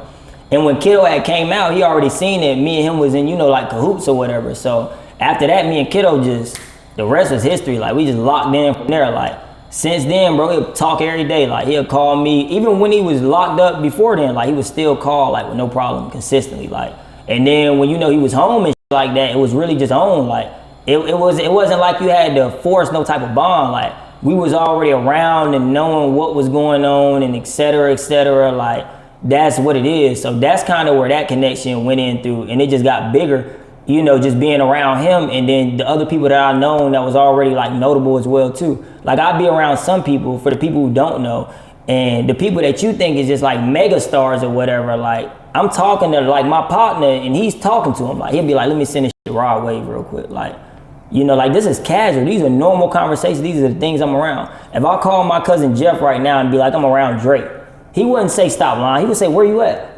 He wouldn't put past me on the people that I know. Like, he said, bro, you know everybody, bro. I'm not even about to act like you don't now. He got like OTF tattoos and shit. So I brought some of the guys down from Young Money down there to him. He was like, damn, this brought the whole block down here. Like, but yeah, it's just really just me being like who I am, bro. Like, ain't really nothing else to say. It's me at the end of the day. And real recognize real. A lot of just fake, so you wouldn't be able to last. Like, the internet is one thing. You sit over there and play you want to. You send these anonymous text messages and comments and make your fake ass Instagrams and shit like that, but you know what's going on. Yeah, you know that. Yeah. So would you consider yourself like in the music industry, like playing the background part? Like, are you a manager of these different people? Like, what's going on? It's crazy though, because me and Ruga was talking too though, and this when they were shooting that music video, and he was like, why you don't just be a manager or whatever for him? And I'm like, I really don't care to be a manager. For one, Kiddo, Drillo, Wop, nobody I'm around, bro. Like, Woo, Twilla, none of them, bro. Nobody could tell you that I done did something and got money from it. Like, I done been around, bro. The EndureAllThings podcast is sponsored by Checkback Drive. If you are looking to keep your loved ones safe, we have a product proven to help save lives. Check out our website at endureforever.org. That's www.endureforever.org. Drive safe, drive sober, endure forever. And I didn't, like, if they're around me, bro, I pay for everything. I pay for the food, the Airbnb, the music videos. I pay for everything. And they'd be like, you don't want me to pitch in? Like, you don't want me to do this? You don't want me to do that? Like, you done line me up with this. You don't want to? I don't take no money, no nada from them, like, whatsoever.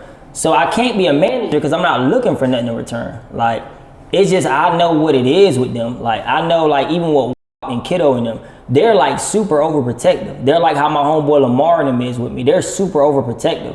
So I didn't get that from the family and the brothers. I got that from other people. Like, even, like an uncle in Orlando and them, like, these people, they overprotective over me. So it's easier for me to just be there, like, for them. So I'm not doing nothing and looking for nothing in return. I don't want to be a rapper. I told Rook, I'm like, he still want to be in Chicago. I don't want to manage him if you still want to be in Chicago. Let me see your growth. Like, that's what I want to see. People already know what's going on, bro. Like, this stuff been going on. Like, I don't know why people trying to make it seem like, oh, if you relocate, you soft or you sweet. Like, you know what's going on, bro. Like, this ain't, like, I don't know how else to say it. Like, you know what the situation is. So if we trying to, like, grow, then yeah. But I don't want to be no manager. He'll tell you that. Like, I don't want to be a manager, even for the music and stuff like that. Realize I don't have no songs with them. Like, I just make diss songs to my family. If they not trying to diss their grandma, their mom or something like that, stay your ass away from me. We dissing family over here. That's what we dissing that. That's what we on over here. So I don't look at myself as being in the music industry. I ain't made a song since 2022 or 2023, something like that, with E-Will, Duck Engineer. That's the last time I made a song. I ain't made no song since, bro. You make me mad enough, I'll go in there and I ain't gonna sugarcoat it either. Like, who he talking about? Like, I'm talking about you, I'm putting your name here. Lewis White, like, I'm putting everything, like, this your name, bro. I'm putting your name in the song. Like, I don't want it to be like, who he talking about? You.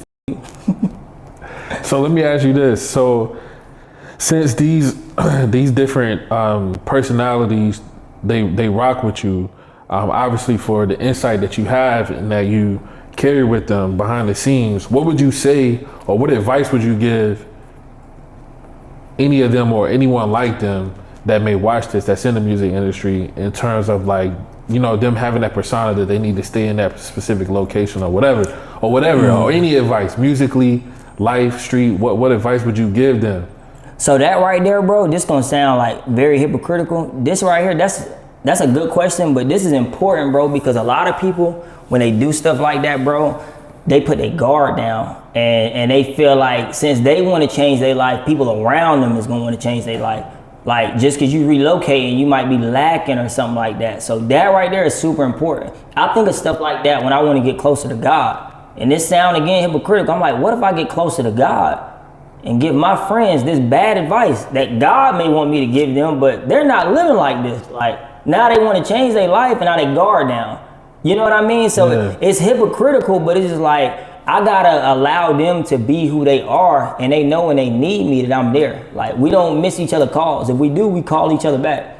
But I tell them, if y'all want to relocate, I got you. Like whatever it is, like they know I help. Whether I gotta come there, do this, do that, help with some money here or there, whatever the case may be. But they don't really be needing like that. They don't need no money or nothing like that. They who they are. So if they're willing to, I always put the hand out there. Like if this what you trying to do, bro, you can do it. Like I help you. It don't gotta be Carolina. It don't gotta be here. But I don't want to be like too much like nagging them about that type of stuff, because again, when people are around here and we doing like interviews or songs and stuff, that's one thing, bro. But real life stuff be going on past this music and this internet and stuff like that. And if you ain't been around, you wouldn't understand it. You wouldn't know. Yeah. Like I remember being in Chicago with this. So we was in Chicago, and I was telling her, she was like, "Why we just can't get out? Like, why we can't just go in there?" Like, nah, we was going to this event for Lil Mark. She was like, "Why you can't just go into the place?" I'm like, "Nah, this ain't North Carolina. You can't just get up and do what the hell you want to do because you want to do it." So everything was good that night. This is when Kiddo was just coming home too. And then I think maybe like 3 or 4 months later, bro, Mellow Buck's stuff had got shot up. It was like a mass shooting or whatever. And I sent it to her and I was like, you see why you can't, just go out and do this and do that? Like you think you could just go one at a time and stuff like that? Everybody's mind ain't registered to what it is with you. And that's why I really be trying to be like giving people the benefit of the doubt on situations. Cause sometimes it's not just me, like it's the people around me. Mm-hmm. You may say something to me and I'll be like, I ain't tripping over it, ain't a big deal. You better not let bro hear it. You know what I mean? Like you better not let this man hear it. Like he's not gonna be as passive as I'm gonna be. Like he gonna wanna see exactly how like you wanna handle this type of situation. And that's how I be, but the older I got is the more like emotional maturity I try to have. And that's why a lot of people, not just the drill culture, bro, just everywhere, they feel like sometimes you can relocate and put your guard down, or you feel like you could leave and be here and now this shit happened or whatever the case may be. And it's like, damn, there's no turning back. So that's why you kind of like gotta, feed off of what your, peers or your surroundings is saying, because relocation is the best thing from our opinion. You know what I mean? Like we would want that, but we really don't be knowing. Like it's still stuff that I don't know. So you gotta bear with people with that. So if they watching or whatever, you gotta go with your gut. But if your gut is arrogant and you feel like you just never wrong and you don't want to listen to your peers, that could cost you too. Right. So it's hypocritical, but it's just like, hey, you gotta do what's best for you. Like ain't no way around it. Facts. Yeah. Every man is, you're running your own race. Facts. And every man has their appointed season for whatever season that they in. You can be inspired by certain things, but a person may get to that door a little slower, correct, than you have, but eventually they'll get there. So I respect that. So with the rapping, with the music, so you currently not rapping. So what's your main focus? Like what you got going on right now? I've been doing a little bit of like crypto. That's still new to me. Shout out Kyle. I do the dog breeding, of course, as well too. That's something, that's new. But I started trying to get into that in 2022. And like, I remember it, matter of fact, it's funny though. Because when this was going on, the girl that I was trying to do business with, her, but the timing of me getting the money or whatever and getting that, I had went to Puerto Rico with this girl or whatever the case may be. She was too close to God, so that means she was too far from me. So I had to let that go. And I used that time stamp or whatever to like really be proud of myself in the year 2025, because I sold my first dog not too long ago in New Jersey. My first dog, 2,400. So I focus on that, the dog breeding, and crypto. Kai, I met him through the dog breeding business, and he 20 years old. He just talked my head off about crypto. I'm like, man, if this don't shut the f up, like, and it just eventually I just gave in. I'm like, you know what? If you this damn consistent with trying to encourage me to do crypto and you don't want no money from me, let me just try it. And bro, know what he be talking about for the most part. I mean, again, it's just, it don't work on your speed sometimes or whatever the case may be. So that may be, you know, a problem that you have whenever it come down to something. But Kai really know what he's doing. So the newest thing is crypto. But as far as like focusing, it's really just on them three. Fire. Yeah. So the dog breeding, that's one of your newest adventures and success for you. Correct. Yep. I got 3 right now. Well, 4, but 1 in the process of being sold as well too. And I got Sasha, Nala, and Lil Reese. I called the other one Lil Reese because it looked like Lil Reese, but she's shitty like Reese too. So that's why I call her Lil Reese. I like her though. She's right now. I can assure you that. Okay, bet. So you said something interesting that I never heard before. You said you was with a shorty, and y'all went to Puerto Rico, and she was close to God, but being that she was so close to God, she was far away from you. So break that down on what that really means, and let me ask you, do you think that you've missed out on good potential, a wife, or, you know, do you want to be married? Do you want to do you got a girlfriend? Like what's going on? Because a lot of times when we get to our age, brothers, you know, they be admitting like, man, I had some good shorties, I had some good women, but I wasn't ready, or whatever the case may be. So break that down on what that statement meant. Okay, bet. So this the thing, look, this what I mean by that.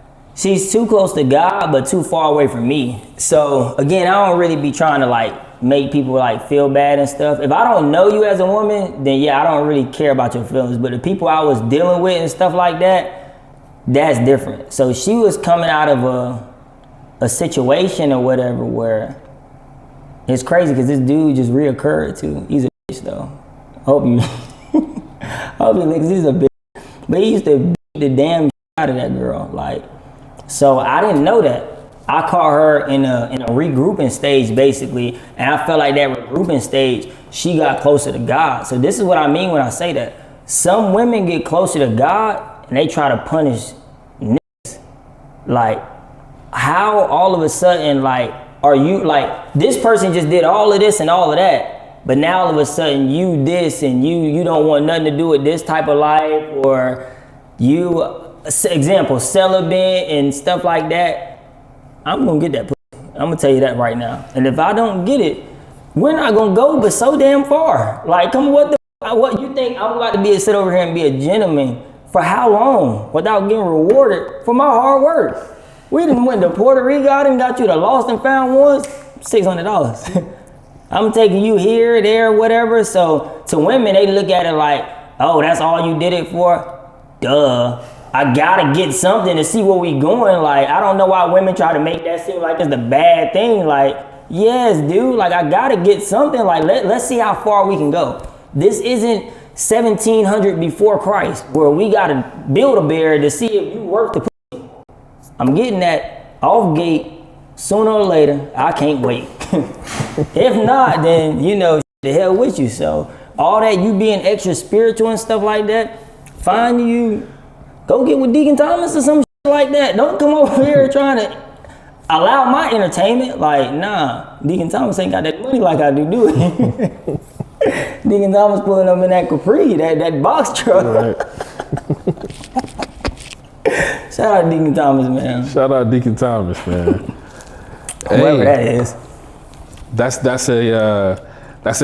a topic, you know, going on right now, social media. With the state of the world where we are, with, you know, relationship talk and black love and all this, that, and the third, and, you know, women deciding to be celibate, you know, and all these different things. So that perspective is something to be talked about. Yeah. Yeah, I don't get it. Yeah. You done got more bodies than Blake Griffin. Now you want to give your life to the, before you give it to the Lord, give it to me. Don't just give it to the Lord. Airdrop that thing to me. I'll let you know if it's worth you giving it to the Lord right now, because you may need to wait before you give it to the Lord. Rekindle that flame with whoever or whatever, but for you to just go downwards and be like, you want to do, you're not living righteous. So she won't worth the wait. Man, ain't no girl worth no damn way. You better give me them draws. What the hell?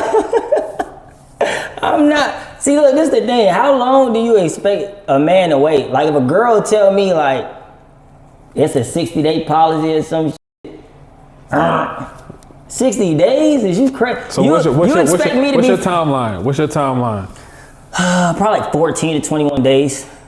Yeah, 14 to 21 days. I like a girl who give it up early. Like, okay, you're not about to be out here acting childish. Like, I'm not about to sit over here and have to like build up this fake ass image to like get this from you. I told a girl one time, just straight up after the third day, I said, you know what? I'm not even eligible for this type of. You gotta be a man enough to tell them that. It's some you just can't get. Like, and that right there, she was trying to get me to trick. Let me just give you the cash and never ask me for nothing. Right. Yeah, don't be sitting over here asking me to get you this and get you that. Like, what's going on with you? You ain't got no money? If you ain't got no money, I don't even want to. Like, so yeah, I respect that. I share this. I went on a date with this sister one time, man, and immediately after the date, she like, first of all, I went to the car and she had like McDonald's in the passenger seat. That turned me off. And so she was like, yeah, you think you give me some gas? I was like, yeah, just meet me at a gas station. So I pumped her gas, filled her tank up, and I just never talked to her again. Right. Bro. And I bet you she was animated on trying to talk to you again. And she was beautiful. She was beautiful. She, had all the things. But I was like, nah. You play basketball, right? You see that? So what she tried to do was run a boxing one on your ass. Like, what the heck? We just did this, and you still following me for extra? Like, what do you want? Like, I'm not doing all that, bro. Like, I'm not. Like, the thing with me, like, with tricking, I know what type of girls I'm a trick on because I already done analyzed you. So some girls do look at me like a trick. And guess what? You've earned that ability. Why? I done seen you take care of yourself. Sometimes I trick on a girl just because I want you just for the weekend. I don't give no fucks. I just want you for the weekend. Like, that ass was looking fat when you made this post. I'm about to drop my application right here in the DM. I ain't gonna unsend it either. They be saying stuff and unsending it. I ain't gonna unsend it. So if you looking at this and I done sent you something, I ain't gonna send it. So what type of time you on? So you looking for, so you not, what are you telling these sisters? Are you telling them like, hey, like I'll deal with you and it's only you, or I'm dealing with you and I'm dealing with other sisters? Are you looking for the one? So not looking at all? Like what you believe in? You believe in marriage? What's your perspective? I didn't because I had to learn how to treat a woman off of how women treated me. So again, back to that girl that was close to God or whatever, like that was the first time I originally started really like opening doors and stuff like that. Why? Because I actually judge you off of how you carry yourself. So I seen how she was coming. So it was so easy for me to adapt to it. So I feel like if she was more lenient, if that dude wasn't beating the shit out of her, like, come on, bro. Why you the hell out of that girl, bro? Like, why are you doing that, dude? You bogus as hell. Like, he was just beating the girl up. You should have took her to therapy, bro. She might have been the one, man. She was one of the ways. She probably looking at God like that's her therapist. So I'm just thinking, like, when it come down to it, bro, I'll tell my main girl what's going on with the other girls, but you can't tell the side girls what's going on with the main girls, because I feel like if you contact, cause me, I ain't contacting about no girl, but you got out here who do shit like that. They be trying to humiliate the women and stuff like that. I do this, I do that. I got a video. It's just like, okay, bro. Like, why are you sitting over here acting like this is your first piece of ass? Like, so you been contacted by a few guys before about some sort of... Yes, bro. Yes. And lately, bro, it's been this one situation. I've been super mature on it. I've been very mature. So I think he think I'm a bitch or something like that. So I just feel like... Oh, this something recent. This something going on right now. Yeah. So I feel like cause I just been so passive and mature and stuff about it or whatever. Like, because this the thing though, like, again, whether you sitting over here, you got a girl here, you got a girl there. One thing about me, bro, I understand reality. So that's why I just like, again, especially if it's something that really don't need to be like violent, like I'd rather it leave there because we gonna overdo it every time. Every time, it's overdone. Like, whatever you wanna do, let's get it on. Like, but this ain't that type of scenario. So these are my analogies behind it. If you trapping, expect to get robbed. You're not against getting robbed. If you killing, expect to be shot. You're not against getting shot. If you cheating, expect to be cheated on. But it seems like when any of these three things happen, people pride and ego get above it more so, you feel like you're against reality. Reality can't happen to you. So that's when you lose your cool. That's when you want to do this. That's when you want to do that. You don't do that as a man. It's a song out here. I don't even know who sing this song. But I think it's saying, take it like a man or something like that. Like, why they doing that? Take it like a man. Like, so yeah, I don't like the fact of being contacted about it. But if you do, it's like, okay, like I understand. Like, you know, you wanted her, she don't want you or whatever. Like, maybe you feel good, like you got your little cool points or whatever, you or whatever the case may be. Like, that's cool, but when it come down to humiliating or exposing women and stuff like that, that's stuff that I don't do, and I don't feel like it should be done because I feel like we should be acting like adults. And I feel like when a man do stuff like that, it's kind of like, come on, bro. Like, that's feminine. We don't do stuff like that. And I just feel like I've still been consistently spoken upon. Like, you know, I've really had like a lot of moments back from like 2021. I'll be off social media for like 3 to 4 months. And I keep hearing like, he's saying this or he's saying that. So when I called him, you know, to let him know, like, bro, I'll come to you right now. Lie you not, bro. I'm all great. I tell myself, I'll come to you right now, bro. Like, if this is like what the verdict is, like, let me know. Now I'll come to you, bro. Like, or we can like link up, you know, play Call of Duty, go to lunch, whatever the case may be. Like, this is something that can be done. I'm giving you my consent. He ain't even want it, you know what I mean? So it's just like, why do you keep doing this, bro? So stuff like that has been pushing my emotional maturity like over. It's like, okay, now I gotta like really show you that this ain't that. Like, so that's the thing that's really been like bothering me, because I've been cool for so long that I feel like, okay, now he really probably thinking sweet. Like, that ain't the case though. So chill, you know. I don't like being too far away from places like Walmart and Academy Sports and stuff like that. But what's up with Walmart? I mean, he know what I'm saying. Okay. So, all right. So the sisters, man, y'all watch out. Yeah, because I am going to get married though. But right now, I got to have some more kids first, bro. Okay. See, again, that's the thing. People be like, you don't get married before you have some more kids? Well, I got to get some more kids first, bro. Like, so, yeah, I don't know. Be talking to some different people, bro. Be hearing some different stuff from people and stuff like that, though. So, you know. You got applications out? Talking to different people. How many more kids you want? Man, I really just want twins. Okay. But if I can't get twins, see, at first I wanted like another daughter or whatever. But now that I'm seeing how this go when they start to get around like a teenager and stuff like that, I almost withdrew my daughter out of cheerleading the other week though. Like, so yeah, I don't know. I might just need a little son. So I don't know. We'll see. Yeah. I was talking to this lady about it though, so we'll see though. Again, like I say, I don't be getting mad at these women and putting my hands on you and threatening you behind this type of stuff or whatever. Like, bro, this life, this what be going on. Like, again, bro, take this like a man. Like, you know what you got going on, no matter what. Whether it's behind closed doors or whatever the case may be, you know at the end of the day. Whether the next person know or not though. So, and I think that's like the biggest point with it is that people are expecting every relationship or scenario to be perfect. Like, I could call Faith, Sabrina, Tiffany, anybody, they'll tell you, bro, like, I never tell these people to leave the person that they're dealing with though, because I'm not gonna do what that person is gonna do for you. So let people run their own like route and stuff like that. Like, I feel like more people need to be encouraging people to stay together versus you just leaving or something coming up and it's just like, oh, he bogus or this and that. Like, at what rate, this is a question I want to ask to the public. At what rate does the man gotta forgive to keep the relationship going, or does the man gotta forgive to keep the marriage going? We see these women forgive for everything. We'll put a woman through buku shit. Yeah, you done beat on her, you done cheat on her, you done stole her car. Her damn grandma was dying, you wouldn't go pick her up. You had to bust this play and stuff. When do the man gotta be a man though? Like, and so many women on social media, they feel like I be bashing women. Bitch, you is the one I'm talking about. You ain't shit. That's what the problem is. That's why you feel attacked. Do something else besides going out every weekend to see who's eligible for that stank ass pussy. Yeah, that's what needs to be said. So that's why you feel attacked. But I never went through anything and put that on anybody else, bro. I never felt like, damn, this girl did this, all women ain't shit.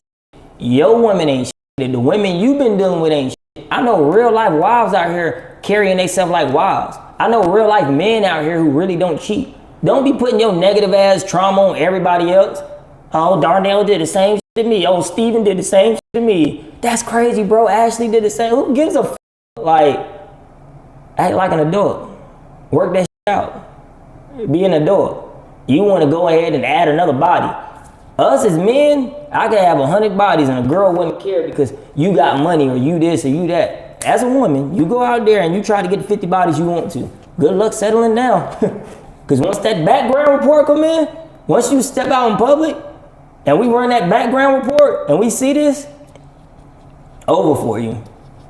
So yeah, married one day, you meet another kid or something like that, but you just never know, man. I be doing so much nowadays, so might got one on the way right now. When the last time you been in something serious where like it kind of messed you up? My baby mama. That'll do it. What's that movie Hardball with G Baby died? Yeah. That's how I felt. That's how I felt. Yep. But I needed that though, like, because a lot of people, they feel like since our relationship is so great, they feel like it's something going on. Like, I would tell the world, me and the mother of my youngest child, we have not done nothing since we have been split. That lady is not weak like a lot of y'all women. Like, she's not like that. She's not going for it. You know what I mean? Like, she's not. That's just not who she is. But that's more so why the respect is the way it is though. She didn't forgave me like twice for, out here being bogus. So again, I was being bogus. Why the hell I'm gonna get mad and turn into Hulk Hogan? Why? Like, you knew what you was doing, but now it's time for you to face the consequences of what you was doing. You don't want it to happen. So you want to beat the bitch ass, or you want to humiliate her. You want to do shit that's unmanly. Like, you don't do that. So I took my loss. But I needed that because now that 2022 was the first year I made like crazy money. I don't even like discovering like the numbers because gonna be like, no, he ain't. Shout out to Mika Beasley. She found my taxes. I ain't got nothing to lie about. So the thing of it is like, she really put me in a thing where it's like I need to be more independent. And on top of that, I really need to realize when you do got something real. So when I tell women this or whatever the case may be, they feel attacked because they're insecure within themselves. You're so used to men bashing the mother of their child. So since I'm speaking highly of her, you feel like, oh, he's still messing with her. Call her. I'll give you her number, call her. Call her. Nothing's going on. I'm just not going to bash her when I was the problem. Men don't want to take it like a man. You were the problem. You out here 3 different women in one weekend, and then your girl all of a sudden cheat or some shit like that, and now she don't want nothing to do with you. You sitting over here trying to whoop her ass and stuff. Like, why, bro? Like, I don't support those. Yeah, I don't support those, Brody. Yeah, man, you brothers gotta stop putting your hands on these females out here, man. That's super corny. That's super out. I don't get it. Yeah. It's a scary sight. What'd he say? Stephen King presents it? Oh, it's a different vibe. Your clown ass done made all this money and still don't know how to use your penny wise. That man funny, man. But yeah, we not on no women, man. I don't care what the situation is. I don't care what y'all got going on. Niggas out here be so gangster. I done been in more violent altercations I can count on my hands. None of them been with a woman or a bitch. I don't know why people feel like this shit is just so okay or cool. Like, sometimes you gotta get tough with them. Yeah, that's lame. That's corny. That comes from that elemental childhood development, where they seeing their parents like that, or they seeing their mom raise them in a certain manner. Y'all brothers gotta really have a changed mentality perspective about that. I just feel like, for the most part, bro, a lot of these women, and sometimes again, these women grow up without moms and dads. Who is to say that they perfect? Why come they couldn't be improperly raised like us as men? Why are you expecting this girl to be perfect? You not perfect. She forgive you. Why in the hell you can't forgive her for stuff? I don't get it. I ain't even gonna say no names. One of my partners like, I'm about to leave this bitch. I said, what she do? The bitch don't listen. Bro, if you don't you don't get yourself situated, bro, like what? You think I'm about to really encourage you to leave this girl because she don't listen? No, I'm not doing it, bro. Like, what the fuck? Some of my partners will call, I'll be like, asking them like real life questions. I'm like, how many times have you got caught cheating? They be like, once. I said, how many times have you cheated? They be like, several. I said, are you really in a position to be leaving this girl? They'd be like, nah, not if you put it like that. Well, I put it just like that. I put it just like that. She can't fuck up. She can't react to a comment or some shit like that, or give a some type of attention or whatever on the Instagram, and you catch her and then she cut it off. Like, that's not enough for you. You just gotta whip her ass. You gotta make her feel it. Now you being bogus. You going and trying to talk to her friends and shit like that. Like, I'm not doing it, bro. I'm not doing it. I did it one time. But I ain't doing it though, cause I ain't on that. The other one just like kind of fell in my lap twice. Spared her the first time. You know, I like the bowl. The second time, I'm like, okay, you want that pole? She cool people though, man. I would say her name, but she married now. That's wild. Ben, you just mentioned bowling. That's a place where you like to take, you meet a lady on the first date, bowling? I take her on the first, second, or third date. I know this one capping ass said he went to the movie 6 times in 30 days. I said, man, what, you took a toddler? What girl want to go to the movies 6 times in 30 days? I go bowling. I go to the gun range. I like playing the game, but not really that good. So that's kind of coming back to my like temper tantrums. Like my anger would be bad. So one time I got mad. My cousin Jeff and them, me, Jeff, Austin, and Damien. I got mad. I took the game out and I shot the game. I said nobody's playing. Nobody's playing, bro. They'll tell you about it. Like, so yeah, the games, they kind of get the best of me sometimes. So I don't got the new 2K, the new Madden. I play in the old one. I think Josh Allen on the front of it. Right. That's wild. Yeah. All right. That's crazy. All right, so that leads me to ask you, man, what else, we covered a lot of ground. Like what new you got going on outside of the dogs, and say those dogs' name again, and shout your businesses out too. Nala, Sasha, and Lil Reese. So the dog breeding. What's your goals with that? Like, what you trying to, like, how far you trying to take that? Honestly, bro, I just really made the dog breeding to complement what I had going on in real estate. So I really don't have like no crazy expectations for it. I really just been trying to see like where it take me, because I really wasn't like expecting nothing from it. Like it's still so new. So in 2022, again, bro, I've been taking losses. Like, I would try to get dogs pregnant, paying for it, and it wouldn't happen. And I never went on social media whining or complaining about it. And nobody could tell you like that was my MO, because I already understood business. Like, it come with losses. Again, it's like the reality thing. Like, you want everything to be perfect in your life. You don't want to go through nothing. So people would be like, man, my mental health just all over the place. Like, no, it's not. You sat over there and really thought that you can control every situation. I can't control if this seller doesn't sign in real estate, if this lady buys this dog, if something happens with Trump and then crypto comes down. Like, so I don't be having those type of like mental health problems or whatever when I know it's things I can't control. We go through so much stuff. So my goal really with like the businesses is just to keep it going. I would love to be a millionaire. You know, I'm not. I would love to be a millionaire, but even if I didn't, I already feel like I'm good, bro. Like, I've been making over 100 last 6 years, bro. Like, I've been doing great, you know? So that's really like a plus to me. A lot of people get so caught up in like the image or the fashion and stuff like that, that they feel like that's where they winning at. So their goals really be just to get fly and do this and do that. I could have been had permanent diamond teeth. Like, you know that, cause you see how much I deals being real estate. So I could have been did all this stuff and put bigger chains and stuff on, but I'm really just trying to like make it grow to a point to where my kids, they get older. Like just say my daughter, she about to turn 13. By the time she's 15 or 16, let me have it to where her credit is good and she can already get a car and stuff like that. That's what I want for my businesses. I don't need to be 10 million plus. Of course they have goals, but just keep it flowing, just keep growing with it. Facts. Yeah, that's my goal though. That's what it is, man. So let the people know where they can find you at, man.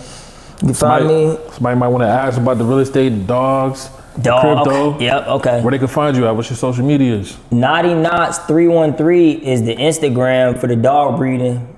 Mel Deshaun 15 is my Instagram, like my primary Instagram.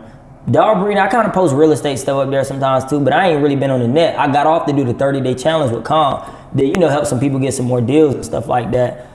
The Facebooks, they deactivated. I'm gonna reactivate it though. Clinton X, and my other Facebook business-wise is Melly Simmons. So that's the main socials. I don't really be getting on Snap like that. Yeah. Twitter and stuff. When I used to be on Twitter, it was like how them tweets was in the drill culture. That's how my tweets were. It was a wild stuff. If they ever find my like old Twitter, I was saying some bad stuff. Like, you messaging my girl? Like it was my baby mama. I used to act like a little bitch over her. That's the first baby mama though. Yeah. But I ain't never had to like really do nothing. But on Twitter, that social media, if y'all see that ain't me no more. I'm a changed man. For sure. I'm a changed man. Yo, bro, crazy story, man. Way to endure everything that you going through, man. And shout out to you coming by, man. You got to come on again, man, for part 2. Facts. You know, it's been a real one. Facts. You know, crazy story, man. Yeah. My guy. Crazy. My guy, man. You already Appreciate know. you, bro. You already.